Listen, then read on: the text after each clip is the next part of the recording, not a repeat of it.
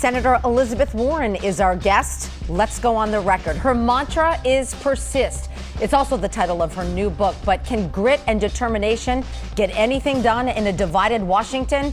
The Commonwealth's senior senator is here to make her case. From WCVB Channel 5, the inside word from Washington to Beacon Hill. Today's newsmakers are going on the record. Hello, everybody. Welcome to OTR. I'm Maria Stefanos. Ed Harding is off this week. And of course, I am joined by News Center 5 political reporter Janet Wu. In just days, as you know, the state's going to lift most COVID-19 restrictions as we start to begin this new normal. That's at the end of the week, not now. So, yes, we do continue to observe social distancing protocols here in Studio C. And joining us this morning via Zoom is Senator Elizabeth Warren. She is a former Democratic Party candidate for president, currently in her second term in the U.S. Senate. Thank you so much, Senator, for your time. Question, are you looking forward to losing the face mask? Oh, yes, I am looking forward to losing the face mask. Now, it means I'm going to have to start putting on lipstick again. But believe me, this is going to be wonderful, just to be out and to feel like we're getting back to normal and reminding everyone this is the benefit of vaccinations. The only reason we can be talking about this is because vaccinations are now available basically to everybody 12 or older who wants them can get them.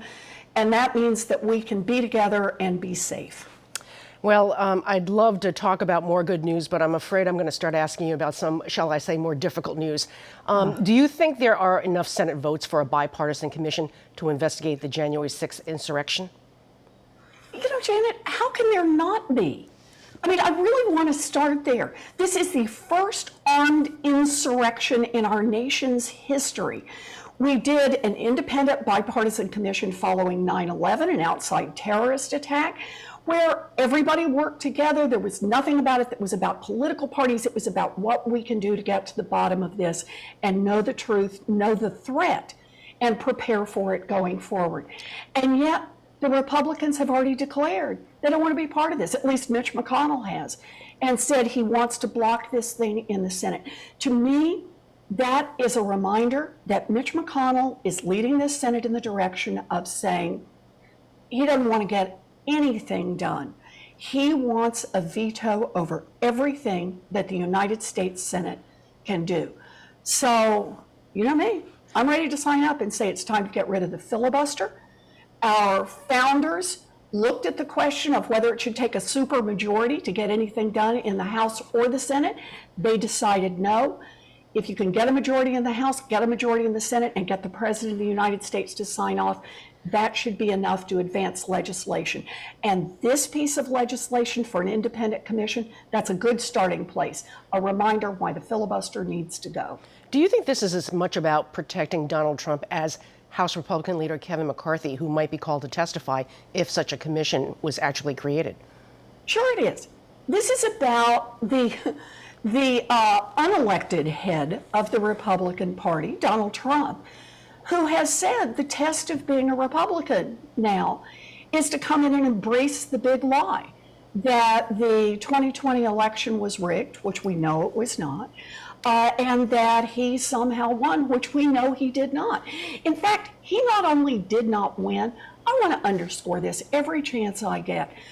Joe Biden was elected by a 7 million vote margin. That is a new record in our nation. And he did that running against an incumbent Republican. But that's not what Donald Trump wants anyone to talk about. He wants Republicans to say they are willing to say that a lie is true, that up is down, that in is out, if he so declares it. That's not what a democracy is about. And that is not only a threat to the Republican Party, Donald Trump is a threat to our democratic way of life. Senator, progressives in your party, like Congresswoman Rashida Tlaib, have been very outspoken about the violence that we've been seeing in Israel. Tlaib even saying that Israeli attacks on Gaza were racist. Do you agree with her? You know, I have been very concerned about the attacks on Gaza and about the loss of life and the disproportionate loss of life. Now we have a ceasefire in place, but for me, I keep wanting to focus on the long arc. Where are we headed? we need to be headed toward a two-state solution. And folks have it seems that so many folks have just given up on that and said, we're never going to get there. But if we don't have a two-state solution, then what is the alternative? Is it that we're not going to have a Jewish state, or is it that we're not going to have a democratic state in that region?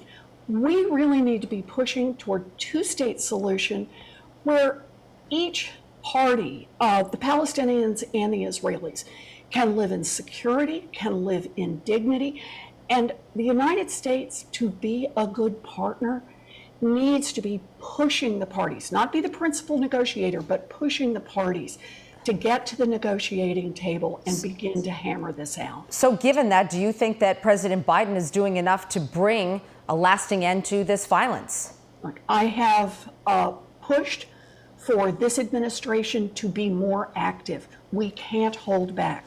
And that was true as the violence was escalating, but even with a ceasefire in place, it is still true. The United States needs to be pushing harder on both parties to get them to the negotiating table and to get them to begin to hammer out what is a long-term solution in the region. We can't just have these cycles there'll be cycles of no killing and then the killing starts again. That is not a long-term solution for anyone. Senator, I want to ask you about abortion. A new Texas law limits abortion to the first 6 weeks, while a Mississippi law limits it to the first 15, which the Supreme Court just announced it will hear. How worried are you about the future of abortion now that it's in the hands of the courts, especially with a conservative-leaning high court? Well, I'm deeply worried. But understand this. If the Supreme Court declares that the protection of Roe is either entirely gone or further eroded, wealthy women will still have access to abortion. People who can travel will still have access to abortion. There will still be states like Massachusetts where abortion will be safe and legal and available. In other words, who's this going to fall on? It's going to fall on poor women. It's going to fall on young women. It's going to fall on women who are working 3 jobs and aren't able to travel to a state where abortion is safe and legal. And that's why, for me, this is the moment for the United States Congress to step up. Roe versus Wade is something, as a principle, that about 70% of Americans embrace. They want to see it as the law of the land. It is the United States Supreme Court that is potentially out of sync with that. But in a democracy, we can enshrine the rules of Roe versus Wade in legislation. And I'm working hard to do that. There are several others in Congress to do it. Go back to our argument about the filibuster in terms of how many votes it's going to take to do that. But I think this is right. This is right so that any woman who is put in the position, any person who is put in the position of having to make a difficult choice about terminating a pregnancy can be the one who decides who gets to weigh in on that choice. Herself, maybe her partner, maybe a mother, a parent, her priest, her rabbi, but she makes that decision, not the state. Senator, President Biden's infrastructure bill includes an issue that you have long pushed for, which is comprehensive child care. Does it look like the GOP is going to stop this from being included in the bill? What are your thoughts on this? You know, think about it this way. For decades and decades and decades, the United States has invested in infrastructure. We have done this so that people could get to work, so that we could be a more productive economy, more businesses could flourish. What did we think of as infrastructure? Well, we thought of roads and bridges and clean water. Finally, in the 20th century, we're beginning to recognize communications is part of that. That's why a big part of this bill is making sure that we have broadband all across Massachusetts and all across the nation. I'm fighting for that. But childcare is infrastructure as well.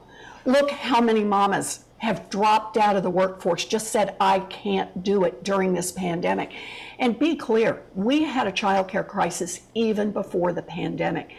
So I look at it and say to the Republicans, you claim that you want to make investments in infrastructure so that we can promote more productivity in this country, then by golly, that means you should be willing to make an investment in childcare so that all of our parents can go to work, so that all of our parents can be productive if they want to be in the workforce. But Senator, That's it sounds what like childcare is all about. But Senator, you sound like you are worried that the GOP is going to stop this.